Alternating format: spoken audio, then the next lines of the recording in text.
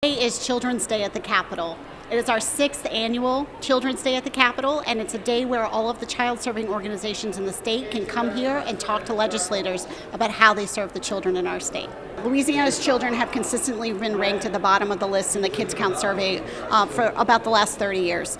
And we need to work on that. We need to make more investments in early care and education. We need to make more investments in early childhood well-being, really support parents. I think right now it's the most difficult time to be a parent, and we just really need to wrap our arms around these families and support them and help them have an easy. Well, this is a fiscal session, so one of the most important things we need this year is funding, key funding for early care and education, so $315 million for early care and education, as well as they're asking for 10% of the budget surplus.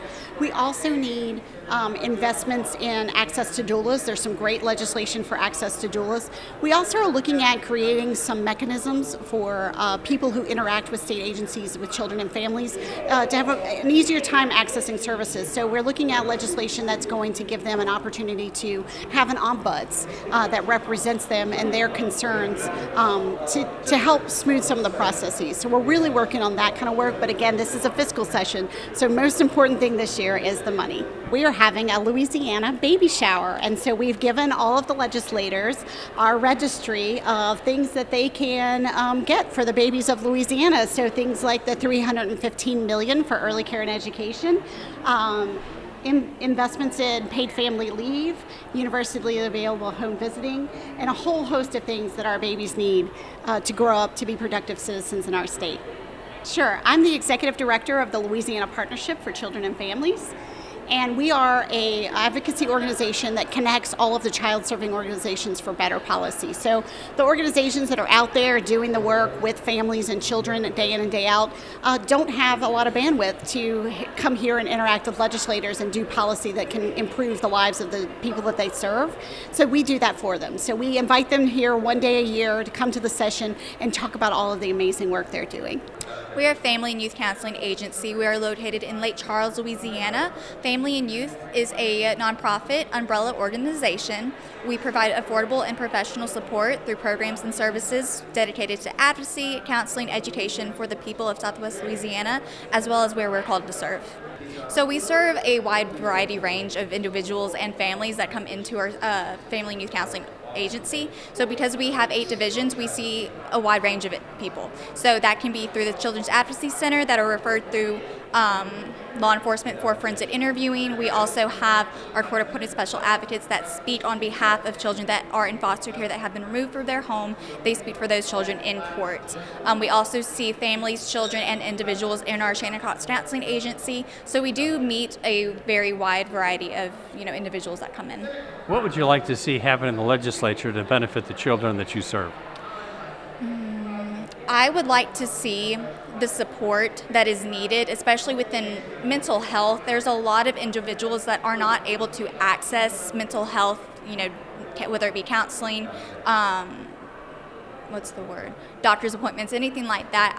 I'll just ask you, what would you like to see the legislature do in this session to help the young people you serve?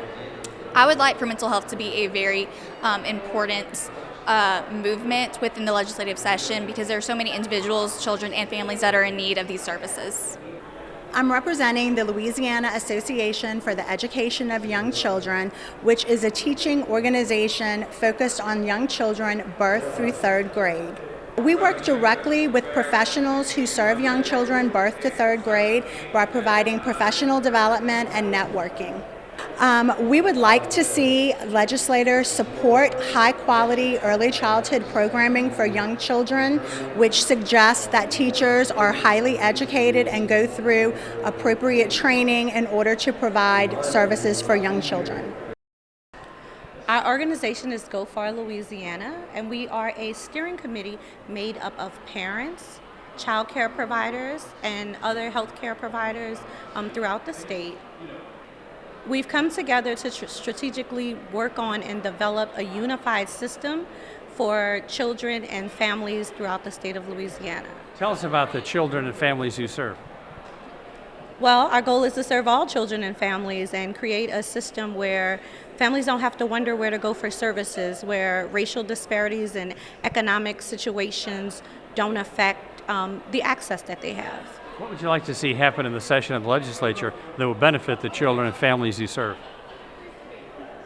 Equitable access, open sources and shared systems, and everyone working for the greater good of the children and doing what's best for the children of Louisiana. We're Catholic Charities. We provide a range of services for families and children. So we service children from all ages, from newborn stage up until teens, as well as adopted children who are adopted through our agency. We also service them as well. As a representative of the Catholic bishops in each diocese has several programs. We follow our Catholic social teaching, so the life and the human person is very important to us. So we've been working very hard to help moms that are pregnant since Roe v. Wade's been overturned, to provide more services for them. We also are trying to improve our adoption programs across the state, as well as our foster care programs. In terms of options for the poor and vulnerable, we know our state ranks 50th in overall child well-being, so we are trying to develop more innovative poverty reduction programs that will help families. We also supporting workforce development programs. We know it's very important. Work is a very important aspect of dignity. So we have very employment services around the Catholic Charities, as well as the environment is very important for us too. So we want to make sure the environment, you have clean air and clean water, and that's a big issue across the state. Our organization is Grandparents Raising Grandchildren Information Center of Louisiana. Our mission is to help people that are raising children not their own, primarily grandparents or family members. How many children and grandparents are there in that situation? There's over 55,000 children in the state of Louisiana. We are third in the nation of grandparents raising their grandchildren. And what are some of the issues that they're experiencing? They're experiencing a lot of issues with food insecurities, with mental health issues, with housing. Got a lot of tremendous housing, and just the overall expenses of raising these children. What would you like to see happen in this session of the legislature? I'd like to see some assistance given to the families who are raising these children, for legal assistance, for housing, for food insecurities, ways that we can really help these families. Our organization is the Vulnerable Communities and People's Initiative at Southern University Law Center. We are an anti-poverty program. We study the barriers that preclude people from moving out of poverty and work to identify public policy to address those issues. Tell us about the issue of poverty in Louisiana. It is pervasive. We have a large percentage of our population that is below the level of below the poverty line. Roughly 22 to 25% of our people are below the poverty line. So many of our children live in poverty, and we have to do something to address it. We can't think of it in terms of it only impacting those people themselves, but it impacts us all when our children and our families live in poverty. What would you like to see happen in this session of the legislature? Boy, I would love to see us focus on families, focus on those things that make it difficult for people to feed their families, to house their families, to provide health care for their families, to provide a quality education for their family, and access, literally access to quality, affordable care for everyone. Our organization is Volunteers of America. The program that I'm representing today is Partnerships in Child Care. And tell us about the children and families you serve. We serve, and our organization's mission is to serve the least vulnerable in our community. So we serve at Partnerships in Child Care those who advance children, teachers, child care centers. We go in and we coach child care center teachers one-on-one. We provide training to help make kindergarten readiness a reality in Louisiana. Our organization, the National Service Office for Nurse Family Partnership and Child First, provides home visiting services through two models in the state of Louisiana. Child First, which will be implemented in 4 regions of the state, funded through DCFS, Family First Prevention Services Act, to serve families who've come to the attention of child welfare who could use a little more more support around care coordination and mental health services. Nurse Family Partnership, on the other hand, is funded and hired and implemented through the Louisiana Department of Health. The Bureau of Family Health hires our nurses in order to make sure we can work with low-income, first-time pregnant women from early in their pregnancy until the baby turns 2, providing health care, social services, and educational support around parenting and health care. Tell us about the children and the families that you serve. We serve families all across this great state who need a little bit of help to get on their feet, to make sure their babies are healthy, to make sure that they have what they need to succeed. So we're helping to break the generational cycles of poverty through the families that we serve. For more than 30 years, the Center for Literacy and Learning has really focused on evidence-based practices in the classroom, the community, and the home to increase literacy and to support and nurture appropriate early childhood development. What is the status of literacy among young people in Louisiana? Well, over the last few years, we've had a significant amount of legislation that really focuses on literacy instruction reforms. We're just starting to see those reforms play out in the classroom. And although the early signs are very promising, we know we have a long way to go to reverse generations of poor outcomes for our students. Promising, but a lot more work yet to be done. What do you feel needs to happen in this session of the legislature? Well, I think in this session, as I mentioned earlier, early childhood development and literacy go hand in hand with one another. It's the science behind both of those areas. It's brain development. It's how do we prepare, nurture, and support young learners to become strong learners in their careers, whether it's academically or pursuing whatever career field that they wish. We've got to continue as a state to invest in early childhood, to invest in these literacy reforms. And then the third component that we're bringing into the mix this session is the parent engagement piece. We have to support our parents so we can encourage that in-home learning process to occur. And then to do so, we have to recognize that often our parents are struggling readers themselves. So for us to be able to adequately support our educational partners, our early childhood partners, we really have to engage those parents and grandparents in the home, give them the tools and the support so we really can see that 360 approach to improving early literacy, childhood development. Those are foundational, as you know, to economic development in our state. We've got to grow our workforce, grow our economy, and we believe it starts with early childhood development and early literacy. Our organization is Agenda for Children. We're the CCRNR for 12 parishes in Southeast Louisiana. We're also the Annie E. Casey Foundation grantee for Louisiana for the Kids Count Data Book. Tell us about the children you serve. We serve children who are basically served by child care providers across the 12 parishes that we serve. We provide training and compliance and coaching and professional development for the educators in our area. And tell us why that's important. That is important because our children are our future and our educators support our future, and so we'd like to support them as well. What would you like to see happen in this session of the legislature to benefit those? We would really just like to make everybody aware of the data and that it shows that Louisiana places 49th in child well-being, and so we'd really like to see some improvements in the policies that can support economics, health, and education for the children.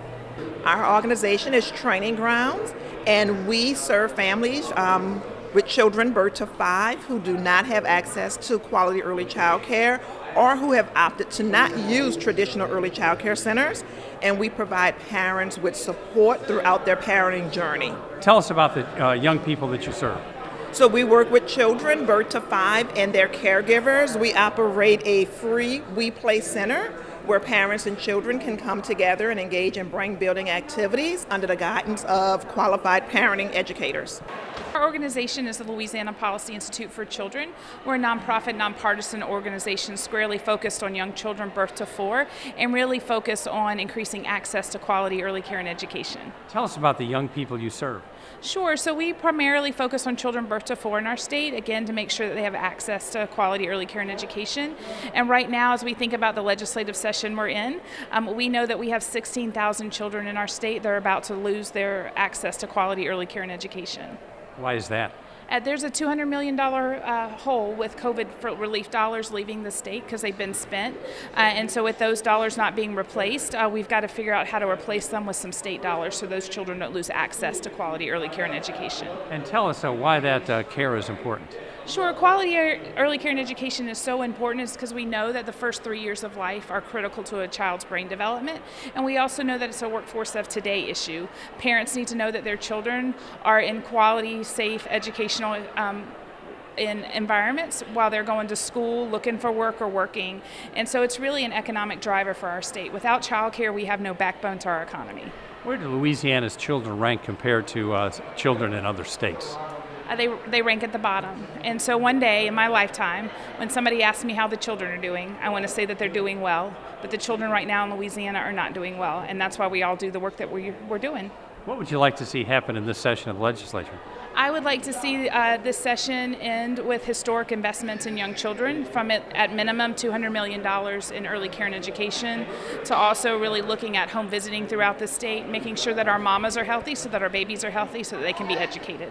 We're for providers by providers. What we do, we are early childhood directors that have been in business over 25 years, and what we had decided to do, we started for providers by providers for directors in Louisiana, for a voice for the things that we need, and also advocacy and building business acumen for the childcare industry. We serve children from the age of infancy to 5 years old. And what do you need to enhance those children?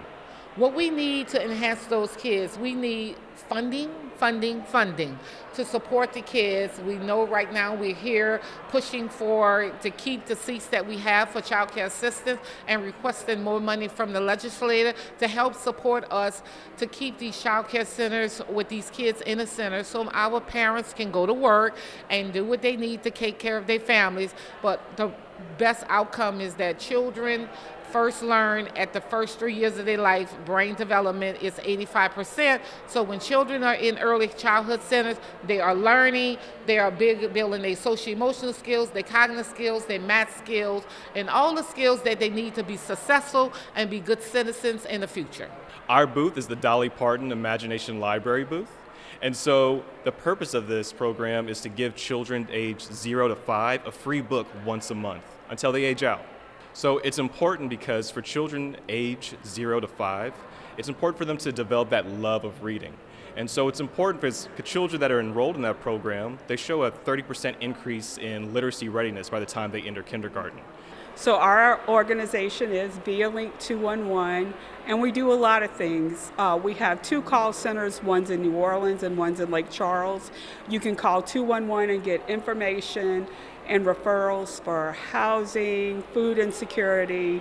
If you have someone who needs mental illness help, substance abuse, pretty much anything they can help you with.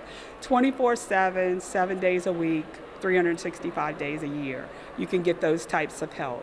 Tell us about the people you serve. We serve everybody throughout, it's statewide. We serve everyone, anyone who calls in. We also have suicide prevention. You can call 988 and get help with that. And we do a lot of training. We do ACEs, Adverse Childhood Experiences training, STAR, sexual trauma training, and also suicide de-escalation training. So we can come to you, or we can do it by Zoom, and we'd love to have you do that. Louisiana's children are our most precious natural resource, and that is what the future of our state will be. We need to invest everything we can in these young children because they are our future, and they are going to build the society that we all will live in the next 20, 30 years. So they are our most precious natural resource, and we really need to protect them. How can people get more information? Go visit our website, louisianapartnership.org, or any of our vendors that are here today who will be part of this event as well.